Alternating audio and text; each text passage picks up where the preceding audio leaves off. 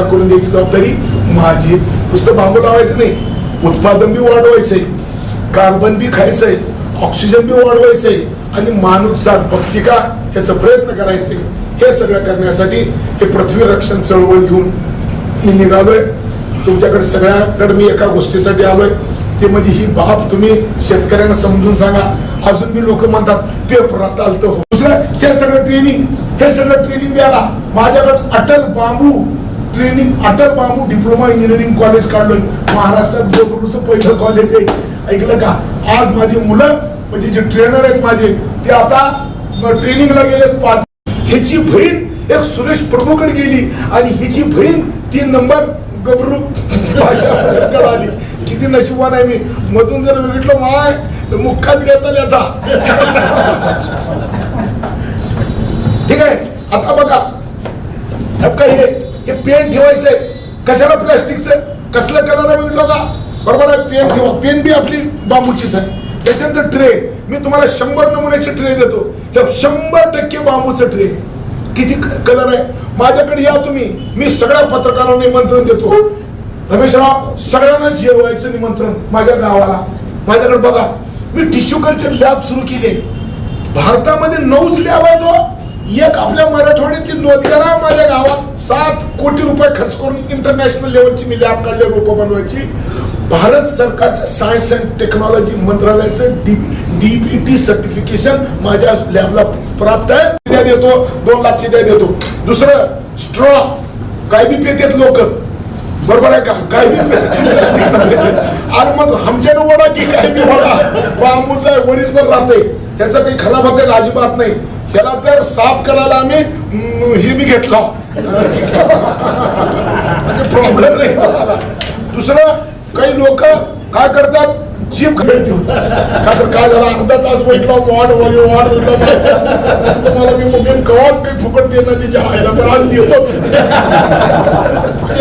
मला शिवी दिली तुम्ही म्हणजे वाढ बैठलं म्हणून तुम्हाला सगळ्याला सेपरेट बेड येसून उठ एवढे बाबू बघ गाडीत असं राहत.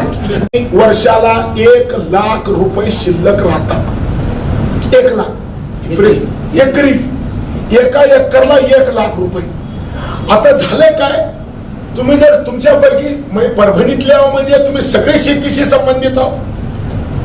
पर्यावरणावर मी तुम्हाला म्हणजे निसर्ग कसा कोपला त्याच्याबद्दल सांगतो मी तुम्हाला. आपल्या बापाच्या काळात 100 दिवस पाऊस पडत होता. नक्षत्र होते 27. 9 नक्षत्र होते पावसाचे. प्रत्येक नक्षत्राला एक स्लोगन म्हणजे एक म्हण होती बापाच्या काळात. काय होती? पडला उतरा भात घेणा कुत्रा, पडला मगा ढगाकड बघा, पडला हस्त शेतकरी झाला मस्त, पडल्या स्वाई साथी पिकतील माणिक मोती, पडल्या चित्ती पडतील भित्ती, आला पोळा पाऊस झाला भोळा. 9 पावसाचे नक्षत्र आणि प्रत्येक नक्षत्राची स्लोगन. कुण्या नक्षत्रामध्ये पाऊस आभाळातून येणाऱ्या पावसाच्या धाराची जाडी किती असेल आणि येणारा काळ काय असेल. मी आता वसमत मध्ये बोलत असताना फुकाची झड तुमच्यापैकी कोण बघितलंय का? मी एकच प्रश्न विचारतो. जर तुम्ही फुकाची झाड बघितली असेल तर फुकाच्या झडीमध्ये परसाकडला जाताना काय काय घेऊन जावं लागत होतं कुणाला माहितीये का? गौरीशिवाय बसता येत नव्हतं. एवढी झाडाची स्प्रे असल्याने 40 वर्षापूर्वी बंद झाली. म्हणजे काय? निसर्ग बदलला, निसर्ग कोपला. 100 दिवसाचा पाऊस 52 तासावर आला. 27 नक्षत्राच्या ऐवजी 2च नक्षत्र आहे. एक तर ढगफुटी नाही तर दुष्काळ. 2च नक्षत्रावर आले. अशा परिस्थितीमध्ये काय पेरलं तर रास येईल असलं कुठलंही पीक नाही. जे पेरलं तर 100% रास येणार आहे. म्हणून काय बांबू लई पाऊस पडलं काहीच होत नाही, कमी पाऊस पडलं अजिबात बिघडत नाही, नाही पडलं फरक पडत नाही. बांबू वाढत नाही पण वाढत बी नाही. कार्बन कमी करायचं असेल, ग्लोबल वॉर्मिंग संपवायचं असेल तर झाडाची संख्या वाढवावं लागणार आहे. काय नाव तुमचं? गंभीरेने सांगितलं की परभणी सगळ्यात कमी आहे. नाही, आमचा नंबर तुम्ही घ्यायचा नाही. भारतामध्ये सगळ्यात कमी फॉरेस्ट्री लातूर जिल्ह्यात आहे. किती आहे? 0.66 म्हणजे अर्धा टक्का. लागते किती? 33%. पण किती? अर्धा टक्के. बरोबर गंभीर आहे. आमच्या पुढे जायचं नाही तुम्ही. हा त्याच्यामुळं तर आता तर ही जवळ करावी लागणार आहे. मी लोकांना विचारलं, झाड लावचाल का रे? लावचाल. कधी लावचाल? ते म्हणजे पैसे दिल्यावर. पैशाचं झाड आलं तर ते लावायला तयार आहेत. मी NIRD वर सदस्य. NIRD म्हणजे राष्ट्रीय ग्रामीण विकास पंचायत राज संस्था, भारत सरकारची ग्रामीण विकासची सगळ्यात मोठी पॉवरफुल कमिटी आहे. माझ्या कमिटीमध्ये 25 IAS ऑफिसर आहेत. नाबार्ड आहे, रिझर्व्ह बँक आहे. फक्त आम्ही 3-4 नॉन IAS ऑफिसर आहे, परंतु कमिटी मी ओढत असतो. मला अभिमानाने सांगायला काही हरकत नाही. वर्षाला 2 मिटिंगा होतात आमच्या केंद्रीय ग्रामीण विकास मंत्र्याच्या अध्यक्षतेखाली. त्या बैठकीमध्ये मी यावर्षी काय सांगितलं मंत्र्याला? सर, अब समय आया है कि झाड़ जमीन पे लगाने के बजाय झाड़ अब इंसान के दिमाग में लगाना पडेगा, तो ही झाड बढ़ेगा वरना नाही बढ़ेगा. आणि ते माणसाच्या डोसक्यात झाड लावायचं असेल तरी फक्त तुमच्या माध्यमातून होते. म्हणून तुम्हाला सगळ्याला मी भेटायला आलोय. आता झाड कुठलं लावायचं? पैसे देणारा झाड पाहिजे. जर कुणाची असेल तर ते बांबूची दररोज 1 फूट बांबू वाढत असते. दररोज 1 फूट. नंबर 1, वड आणि पिंपळ लावलं तर 30 वर्ष लागतील मोठं व्हायला, पण 3च वर्षात 60 फूट होते बांबू. म्हणून बांबू. माणसाला 280 किलो ऑक्सिजन लागते वर्षाला. बांबूचं एक झाड 320 किलो देते वर्षाला. नंबर 2, कार्बन संपवायचं आहे पृथ्वीवरचं कार्बन जर संपवलं नाही तर 60 वर्षात माणूस नावाची जात जगात दिसणार नाही. 60 वर्षानंतर माणसाची जात या पृथ्वीवरून नामशेष होणार आहे. म्हणून कार्बन संपवणार आहे. आणि कार्बन संपवायचं असेल तर जगामध्ये सगळ्या झाडामध्ये 30% अधिक कार्बन खायची क्षमता फक्त बांबूत आहे. बरोबर आहे का? सगळ्या हिंदू मावल्या वटपौर्णिमेला वडाची पिपळाची पूजा करतात आणि खरं तर वेगळं आहे, पण म्हणतात काय, हेच नवरा मला 7 जन्म मिळू दे. पण माझी कन्सेप्ट वेगळी आहे. ही कन्सेप्ट तशी नाही. ही कन्सेप्ट कशी आहे? जोपर्यंत वड पिंपळ जिवंत आहे तोपर्यंत माझं सौभाग्य जिवंत आहे. या भावनेतून ती पूजा होत असती. मी गावागावातल्या लोकांना विचारलं की अरे वड आणि पिंपळ गेलं कुठं? हिंदू तर तोडत नाही, हिंदू तर जाळत बी नाही. तुमच्या गावात तर हिंदू शिवाय दुसरं कोण नाही. तर ते काय म्हणते माहितीये का? शेजारच्या गावातून मुसलमान आणलो, फतरूला म्हणलं फतरू तोड बी तूच आणि लिजा बी तूच आणि जला बी तूच. सगळं सत्यानाश झालेलं आहे. आता जे जगातले सगळे राष्ट्राध्यक्ष आणि पंतप्रधान आणि सगळे शास्त्रज्ञ एकत्र येऊन जी चिंता व्यक्त केली होती जगावरच्या मानवजातीची की 2 डिग्री तापमान कमी केल्याशिवाय माणूस जगू शकत नाही, असं एकमत पॅरिस करारामध्ये सगळ्या जगाचं झालं होतं.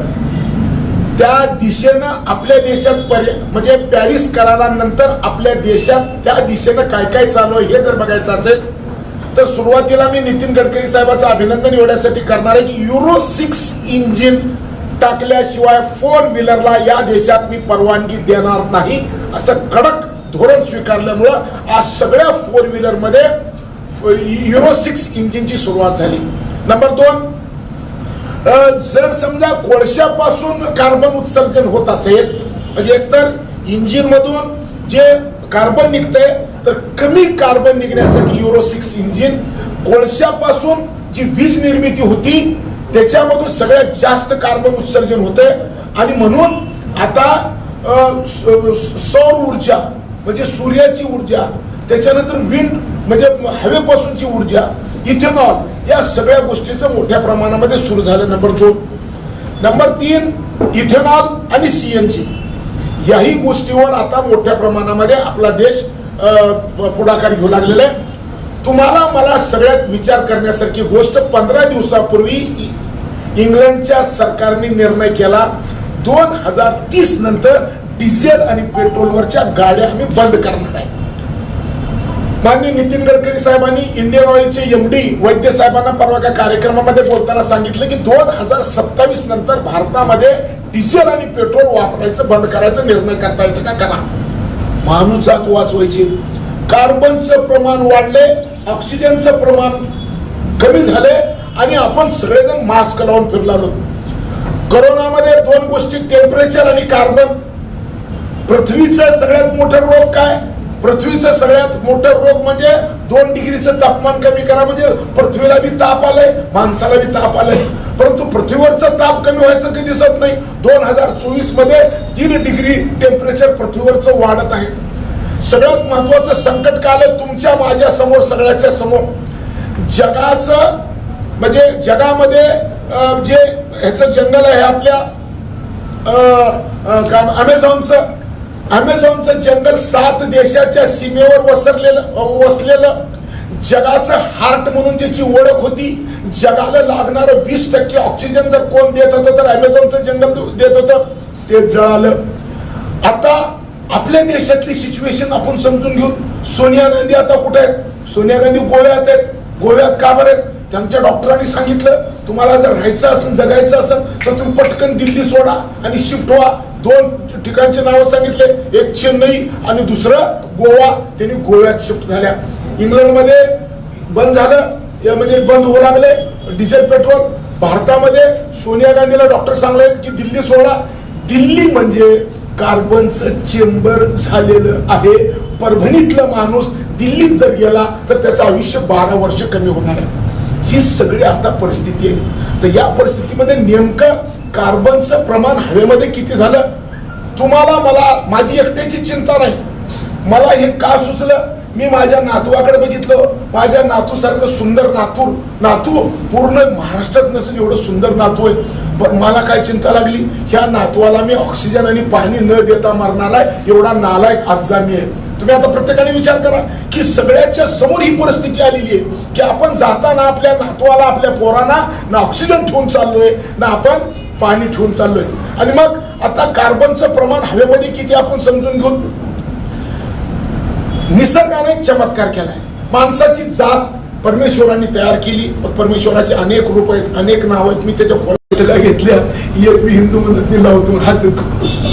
म्हणून का बरं नाही तर ते म्हणतात वड जाळाय बी येत नाही, लाकड उपयोगाला बी येत नाही, त्यामुळे आम्ही कोणी वड लावणार नाही. वड तर लावणार नाही. झाड ठेवायला तयार आहे का शेतकरी? तुमच्यापैकी बरेच शेतकरी असतील. आज माणसाचं आणि झाडाचं भांडण झालेलं आहे. झाडाशिवाय माणूस जगत नाही. माणसाला लक्षात येत नाही, त्यानं झाड तोडलाय. झाड शेतात ठेवायला तयार नाही. झाड शेतात का ठेवायला तयार नाही? लोकसंख्या वाढली, जमिनीचे तुकडे झाले. मला आता माकड नकोय, वानेर नकोय, कावळा नकोय, चिमणी नकोय, का तर माझ्या चिमणीचं पोट भरणं गेलंय. ह्या चिमणीला मी कुठं बघू? म्हणून त्याला चिमणी नको, वानेर नको, माकड नको, सावली नको, म्हणून ते झाड तोडायला तयार झालेलं आहे. आता झाड त्यानं जर नाही